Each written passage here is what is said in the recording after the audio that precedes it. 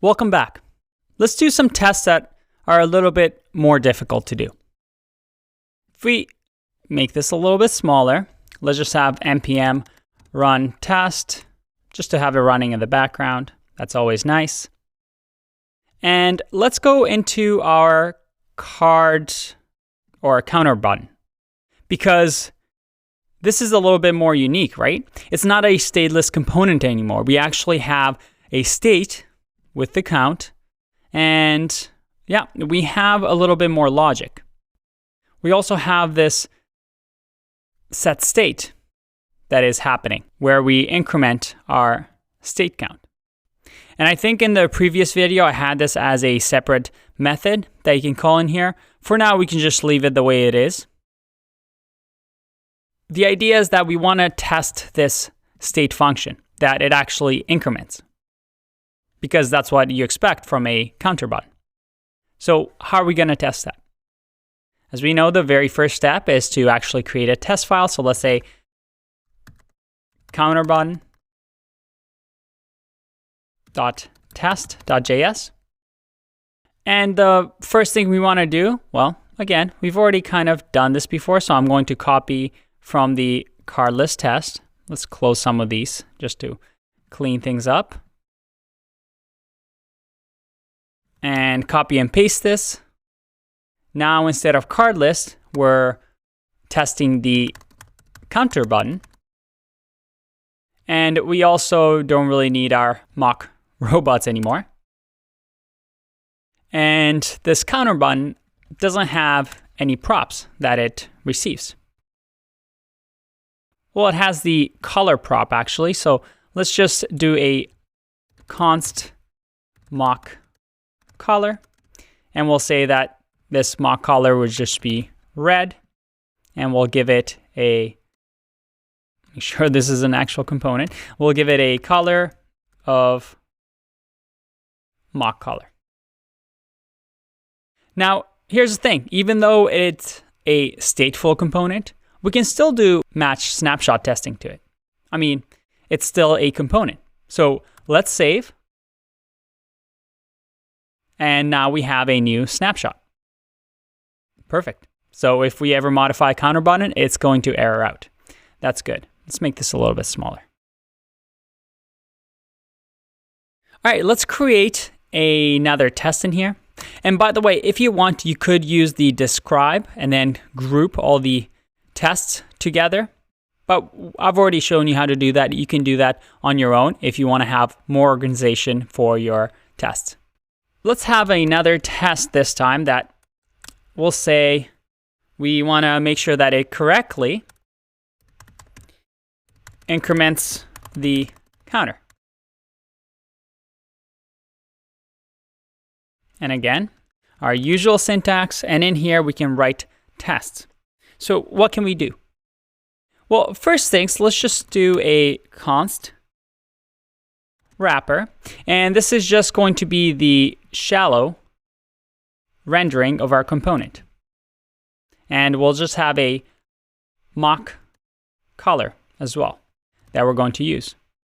All right, so now that we have this, instead of just always typing expect and then doing this shallow, we can just say expect wrapper, and we can write more tests that way. In here, let's say that we want to have wrapper.find.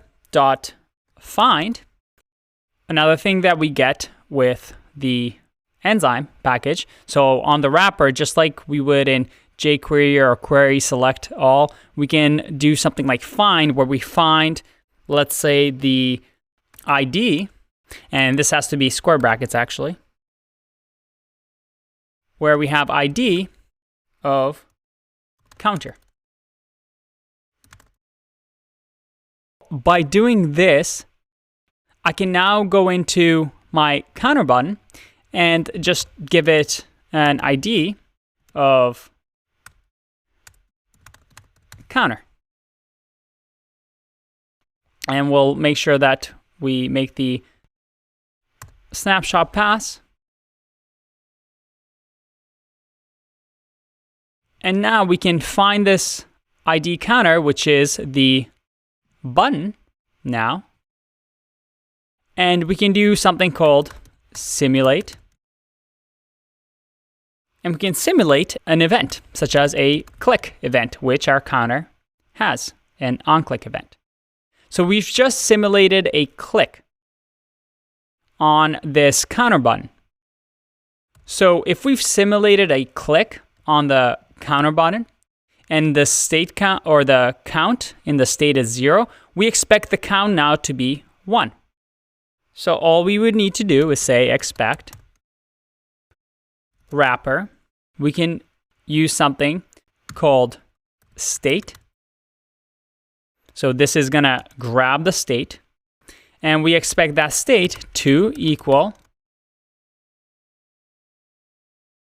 count of 1. Let's see if that actually works. Let me add some semicolons here. All right. Everything is passing, but again, we want to make sure that it's actually testing what we want. Let's say this is 0 now. Oh, it's failed. And let's go back again just to make sure our thing passes. I'm going to simulate a click again. So if I go, nope, now it's expecting a count of 2. So I change this to 2, and our tests are passing. That's pretty cool. Now, if I remove this counter,